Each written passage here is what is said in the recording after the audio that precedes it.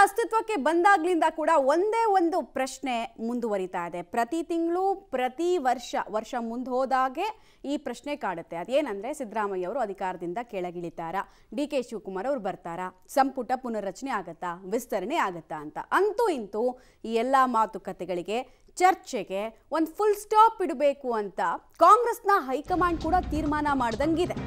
ಆ ಸ್ವರೂಪ ಏನು? ಕ್ರಾಂತಿ ಆಗುತ್ತಾ ಅಥವಾ ಶಾಂತಿಯ ಬಾವುಟ ಏರುತ್ತಾ? ಇದು ರಾಜ್ಯ ಸರ್ಕಾರಕ್ಕೆ ಸಂಬಂಧಪಟ್ಟಂತೆ ಬಿಗ್ ಎಕ್ಸ್ಕ್ಲೂಸಿವ್ ಡೀಟೇಲ್ಸ್ ಅನ್ನು ನಿಮ್ಮ ಪಬ್ಲಿಕ್ ಟಿವಿ ಬ್ರೇಕ್ ಮಾಡ್ತಿದೆ. ರಾಜ್ಯ ಕಾಂಗ್ರೆಸ್ನಲ್ಲಿ ಕ್ರಾಂತಿ ನಡೆಯುತ್ತಾ ಅಥವಾ ಶಾಂತಿಯ ಒಪ್ಪಂದ ಪರಸ್ಪರ ಹಸ್ತಲಾಘವ ಆಗುತ್ತಾ? ಏನಾಗುತ್ತೆ? ಏನೇನು ಚರ್ಚೆಗಳಾಗ್ತಾ ಇದೆ?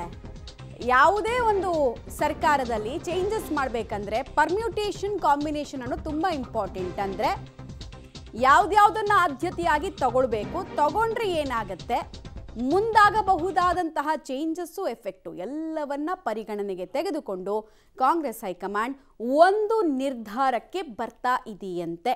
ಹಾಗಾದರೆ ಪಬ್ಲಿಕ್ ಟಿವಿ ಈ ಕ್ಷಣಕ್ಕೆ ಬ್ರೇಕ್ ಮಾಡ್ತಾ ಇರುವಂತಹ ಡೀಟೇಲ್ಸಲ್ಲಿ ಆ ನಿರ್ಧಾರ ಯಾರಿಗೆ ಇಂಪ್ಯಾಕ್ಟ್ ಮಾಡುತ್ತೆ, ಯಾರ ಕೈ ಮೇಲಾದಂಗೆ ತೋರಿಸುತ್ತೆ, ಹಾಗೂ ಇಷ್ಟು ದಿನ ಇದ್ದಂತಹ ವದಂತಿ ವಿಚಾರಗಳಿಗೆ ರೆಕ್ಕೆ ಪುಕ್ಕ ಬರುತ್ತಾ ಅಥವಾ ಎದ್ದಿರುವ ರೆಕ್ಕೆ ಪುಕ್ಕ ಕಟ್ಟಾಗುತ್ತಾ? ಆ ಎಲ್ಲ ಪ್ರಶ್ನೆಗಳಿಗೂ ಉತ್ತರವನ್ನು ಈ ಡೀಟೇಲ್ಸಲ್ಲಿ ನೋಡ್ತಾ ಹೋಗೋಣ. ಎಲ್ರಿಗೂ ಇದ್ದಂತಹ ಕುತೂಹಲ, ಸಂಪುಟ ವಿಸ್ತರಣೆ ಬಹುತೇಕ ಡೌಟು, ಏನಿದ್ರೂ ಕೂಡ ಪುನರ್ರಚನೆ ಕೈ ಹಾಕ್ಬೋದು ಅಂತ.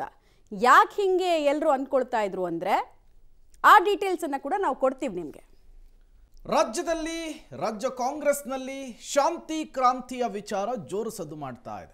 ಹಾಗಾದ್ರೆ ನವೆಂಬರ್ನಲ್ಲಿ ರಾಜ್ಯ ಕಾಂಗ್ರೆಸ್ನಲ್ಲಿ ಆಗೋದೇನು? ಅದಕ್ಕೆ ಸಂಬಂಧಪಟ್ಟಂತಹ ಇನ್ಸೈಡ್ ಡೀಟೇಲ್ಸ್ ನಿಮ್ಮ ಪಬ್ಲಿಕ್ ಟಿವಿಯಲ್ಲಿ. ನವೆಂಬರ್ನಲ್ಲಿ ಕ್ರಾಂತಿ ಅಲ್ಲವೇ ಅಲ್ಲ, ಶಾಂತಿ. ಸಿಎಂ ಡಿಸಿಎಂ ನಡುವೆ ಹೈಕಮಾಂಡ್ ಮುಂದೆ ಶಾಂತಿ ಒಪ್ಪಂದ ಆಗುತ್ತಾ? ಬಿಹಾರ ರಿಸಲ್ಟ್ ಬಳಿಕ ನಡೆಯಲಿದೆ ಆ ಶಾಂತಿ ಒಪ್ಪಂದ ಅನ್ನುವಂತಹ ಮಾತು. ಕ್ರಾಂತಿಯ ಬದಲಾಗಿ ಶಾಂತಿ ಒಪ್ಪಂದದ ಅಸಲಿಯತ್ತೇನು? ಪಬ್ಲಿಕ್ ಟಿವಿಯಲ್ಲಿ ಎಕ್ಸ್ಕ್ಲೂಸಿವ್ ಇನ್ಸೈಡ್ ಸ್ಟೋರಿ.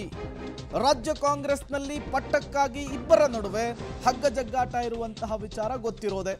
ಸಿಎಂ ಸಿದ್ದರಾಮಯ್ಯನವರು ಮತ್ತು ಡಿಸಿಎಂ ಡಿ.ಕೆ. ಶಿವಕುಮಾರ್ ಅವರ ನಡುವೆ ಅದು ನವೆಂಬರ್ನಲ್ಲಿಯೇ ಮುಹೂರ್ತ ಫಿಕ್ಸ್ ಆಗಿದೆ ಎನ್ನುವಂತಹ ಮಾತುಗಳು ರಾಜಕೀಯ ಪಡಸಾಲೆಯಿಂದ ಕೇಳಿ ಬರ್ತಾ ಇದೆ.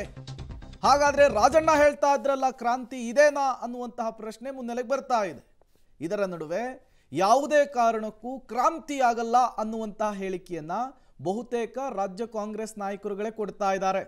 ಹಾಗಾದ್ರೆ ಸಿಎಂ ಮತ್ತು ಡಿಸಿಎಂ ಅನ್ನ ಕೂರಿಸಿಕೊಂಡು ಈ ಸಮಸ್ಯೆಯನ್ನು ಬಗೆಹರಿಸುವಂತಹ ಕೆಲಸಕ್ಕೆ ಹೈಕಮಾಂಡ್ ಮುಂದಾಗುತ್ತಾ ಅನ್ನುವಂತಹ ಪ್ರಶ್ನೆ. ಹೋದಲ್ಲಿ ಬಂದಲ್ಲಿ ಸಿಎಂ ಜಪ ಮಾಡ್ತಾ ಇರುವಂತಹ ಡಿಸಿಎಂ ಡಿ.ಕೆ. ಶಿವಕುಮಾರ್ ಅವರು ಹೈಕಮಾಂಡ್ ಈ ಸಮಸ್ಯೆ ಬಗೆಹರಿಸೋದಕ್ಕೆ ಮುಂದಾಗಿದ್ದೇ ಆದರೆ ಸುಮ್ಮನಾಗ್ತಾರಾ ಅನ್ನುವಂತಹ ಪ್ರಶ್ನೆ.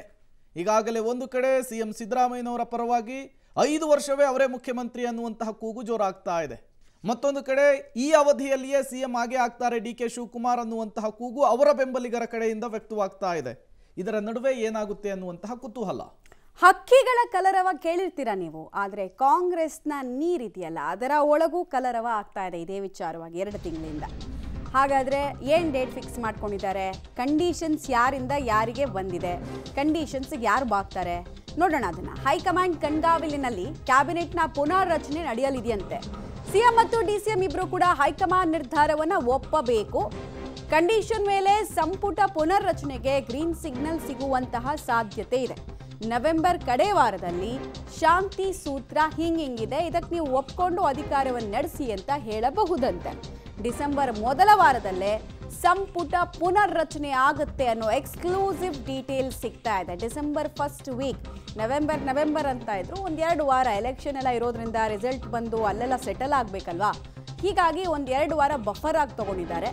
ಡಿಸೆಂಬರ್ ಫಸ್ಟ್ ವೀಕ್ನಲ್ಲಂತೂ ಸುಮಾರು ಜನರಿಗೆ ಅವಕಾಶ ಬರಬಹುದು. ಬಟ್ ಈ ಕಂಡೀಷನ್ ಏನಿರ್ಬೋದು ಅಂತ ನಿಮ್ಗೆ ಅನಿಸ್ತಾ ಇರ್ಬೋದು ಬ್ರೇಕಿಂಗ್ ಪ್ಲೇಟ್ಸನ್ನು ನೋಡಿದಾಗ. ಸಾಮಾನ್ಯವಾಗಿ ಈಗ 2 ಪ್ಯಾರಲಲ್ ಪವರ್ ಸೆಂಟರ್ಗಳು ನಿರ್ಮಾಣ ಆಗಿದೆ. ಇಬ್ಬರಿಗೂ ಅನುಕೂಲ ಆಗೋ ರೀತಿಯಲ್ಲಿ ಇವರಿಬ್ಬರನ್ನು ಬಿಟ್ಟು ಉಳಿದಿದ್ದು ಎಷ್ಟು ನಂಬರ್ಸು? 32 ಸಚಿವರು. ನೀವು 16 ಹೇಳಿ ಅಂತ ಹೇಳಬಹುದು. ಹಂಗೆ ನೀವು ಒಪ್ಪಬೇಕು ಅಂತ ಹೇಳಬಹುದು. ಅಥವಾ 3+2 ಅಥವಾ 3.5 + 1.5 ಹಿಂಗೇನಾದರೂ ಕಂಡೀಷನ್ಗಳನ್ನು ಹೇಳಬಹುದಂತೆ. ಆಲ್ರೆಡಿ ಸಿದ್ದರಾಮಯ್ಯ ಅವರಂತೂ ಗಟ್ಟಿಯಾಗಿ ಒಂದು ಪಾಶ್ಚರಿಂಗ್ ತೋರಿಸ್ತಾ ಇದ್ದಾರೆ, ನಾನು ಸುಲಭಕ್ಕೆ ಬಿಡಲ್ಲ ಅಂತ. ಡೀಟೇಲ್ಸ್ ಕೊಡ್ತಾರೆ ಸುಕೇಶ್. ನವೆಂಬರ್ ಕ್ರಾಂತಿ ಅಂತ ಇದ್ರು, ಬಟ್ ಡಿಸೆಂಬರ್ ಮೊದಲ ವಾರದಲ್ಲಿ ಮೇಜರ್ ಕ್ಯಾಬಿನೆಟ್ ರೀಶಫಲ್ ಅಥವಾ ಸರ್ಜರಿ ಆಗಬಹುದು ಅನ್ನೋ ನಿರೀಕ್ಷೆ. ಕಂಡೀಷನ್ಸ್ ಯಾರಿಂದ ಬರ್ತಾ ಇದೆ, ಏನೇನು ಚರ್ಚೆಗಳಾಗ್ತಾ ಇದೆ, ಕಾಂಗ್ರೆಸ್ನ ಕಲರವದ ಬಗ್ಗೆ ಏನು ಮಾಹಿತಿ ಇದೆ? ಮಮತಾ, ನವೆಂಬರ್ ಅಂದರೆ ಅದು ಪವರ್ ಶೇರಿಂಗ್ ಕಾಂಗ್ರೆಸ್ನಲ್ಲಿ CM ಬದಲಾವಣೆ ಆಗುತ್ತೆ ಅನ್ನುವಂಥ ರೀತಿಯ ಚರ್ಚೆಗಳು ಮೊದಲಿಂದಲೂ ಕೂಡ ಬಂದಿತ್ತು. 2.5 ಅನ್ನುವಂಥ ರೀತಿಯಲ್ಲಿ ಫಾರ್ಮುಲಾ ಸಿದ್ಧವಾಗಿದೆ, ಅದೇ ರೀತಿಯಲ್ಲಿ ಒಪ್ಪಂದ ಆಗಿದೆ. ಅದೇ ರೀತಿಯಲ್ಲಿ 2.5 ವರ್ಷ ಕಳೆದ ನಂತರ DK ಶಿವಕುಮಾರ್ CM ಆಗ್ತಾರೆ ಅನ್ನುವಂಥದ್ದು ಮೊದಲಿಂದಲೂ ಕೂಡ ಕೇಳಿ ಬಂದಂಥ ಚರ್ಚೆ ಕೂಡ ಕಾಂಗ್ರೆಸ್ ಪಾಳ್ಯದಲ್ಲಿ ಸಾಕಷ್ಟು ಮಹತ್ವವನ್ನು ಕೂಡ ಅದು ಪಡೆದುಕೊಂಡಿತ್ತು.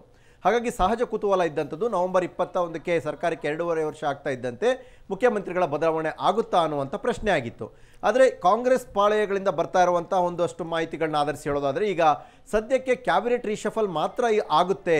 ಅದು ನವೆಂಬರ್ ಕೊನೆಯ ವಾರದಲ್ಲಿ ಹೈಕಮಾಂಡ್ ನಾಯಕರ ಸಮ್ಮುಖದಲ್ಲಿ ಒಂದಷ್ಟು ಮಾತುಕತೆ, CM DCM ಇಬ್ಬರನ್ನು ಕೂರಿಸಿ ಮಾತುಕತೆ ಆಡಿದ ನಂತರದಲ್ಲಿ ಒಂದು ಫಾರ್ಮುಲಾವನ್ನು ಸಿದ್ಧಪಡಿಸ್ತಾರೆ. ಆ ಫಾರ್ಮುಲಾದ ಅನ್ವಯ ಸದ್ಯಕ್ಕೆ ಅಂದರೆ ಡಿಸೆಂಬರ್ ಮೊದಲ ವಾರ ಅಥವಾ ನವೆಂಬರ್ ಕೊನೆಯೊಳಗಾಗಿ ಕ್ಯಾಬಿನೆಟ್ ರೀಶಫಲ್ ಮಾಡುವಂಥದ್ದು ಅನ್ನುವಂಥ ಲೆಕ್ಕಾಚಾರದ ಮಾತುಕತೆಗಳು ನಡೀತಾ ಇದೆ ಅನ್ನುವಂಥದ್ದು. ಇದು ಕಾಂಗ್ರೆಸ್ನ ಮಟ್ಟಿಗೆ ಒಂದು ರೀತಿಯ ಹೊಸ ಬೆಳವಣಿಗೆ ಹೋದಾದರೂ ಕೂಡ, ಹಾಗೆ ನೋಡೋದ್ರೆ CM ಪಾಳೆಯದವರಿಗೆ ಇದು ಇಲ್ಲ, ಕ್ಯಾಬಿನೆಟ್ ರೀಶಫಲ್ ಅಷ್ಟೇ, ಪವರ್ ಶೇರಿಂಗ್ ಇಲ್ಲ ಅಂತ ಅವ್ರು ಏನು ಹೇಳಿದ್ರು ಕೂಡ ಸದ್ಯಕ್ಕೆ ಈ ಬೆಳವಣಿಗೆ ಸಾಕಷ್ಟು ಕುತೂಹಲವನ್ನು ಮೂಡಿಸ್ತಾ ಇರುವಂಥದ್ದು. ಪವರ್ ಶೇರಿಂಗ್ನ ಲೆಕ್ಕಾಚಾರದಲ್ಲಿ ಇದ್ದಂಥವರಿಗೆ ಇದು ಕ್ಯಾಬಿನೆಟ್ ರೀಶಫಲ್ ಆದರೆ ಏನು ಸಂದೇಶ ಹಾಗಾದರೆ ಅನ್ನುವಂತಹ ಸಹಜವಾದ ಕುತೂಹಲವನ್ನು ಮತ್ತು ಪ್ರಶ್ನೆಯನ್ನು ಹುಟ್ಟುಹಾಕುವಂಥ ಬೆಳವಣಿಗೆ ಆಗುವಂಥ ಸಾಧ್ಯತೆ ಕಾಣಿಸ್ತಾ ಇದೆ ಮಮತಾ. ಓಕೆ ಸುಕೇಶ್, ಹಾಗೆ ಸಂಪರ್ಕದಲ್ಲಿರಿ. ವಾಪಸ್ ಬಂದ್ವಿ.